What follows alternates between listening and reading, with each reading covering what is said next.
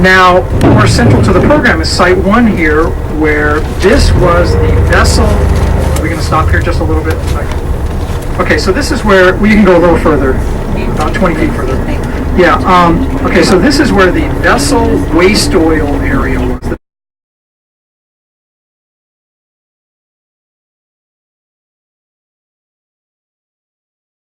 Vessels would come in and offload their waste oil, which has water in it and fuel from their tanks. And then there would be an oil-water separator in this area that would separate the two. Navy operated that for close to 50 years here. So there was groundwater contamination here. Beneath, 5 to 10 feet beneath the surface here that we're on, there was chlorinated solvents and fuel in the groundwater.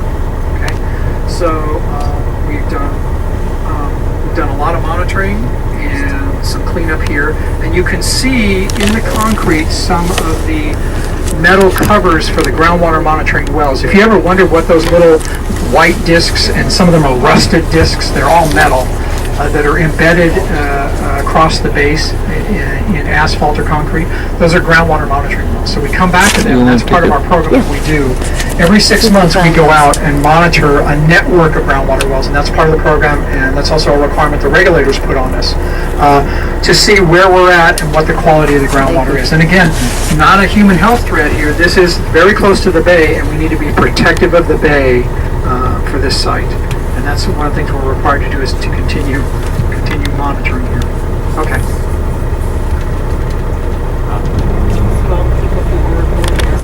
All right, so off to our right is going to be, as Darius pulls out, you'll see this large structure called Pier 1. Pier 1 was built in the 1980s. It's a concrete pier, pretty modern pier. They tore out 4 wooden piers and replaced it with this one pier. And this has been used pretty often. If you're a resident on the island, you've seen that there's quite a few ships and barges that have used this over the years. And the city intends to reuse it as well.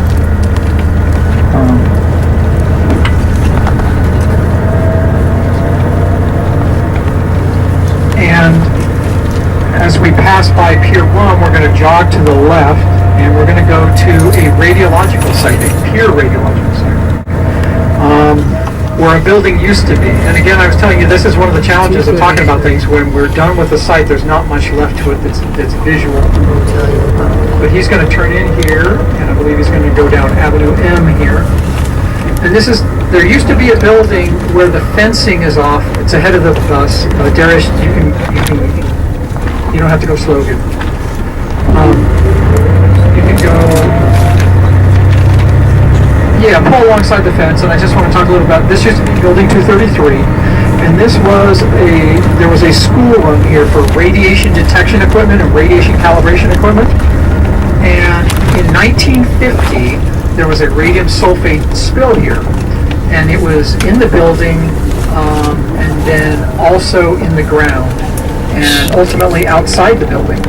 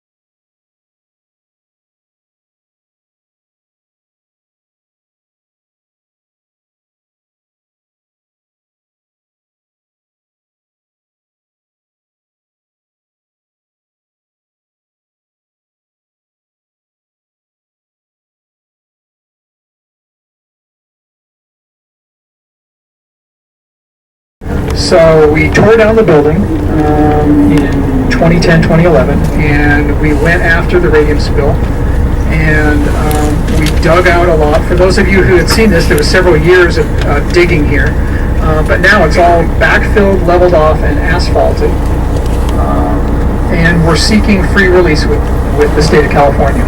And that should be, a decision on that should be forthcoming in the next couple of months. They're just waiting.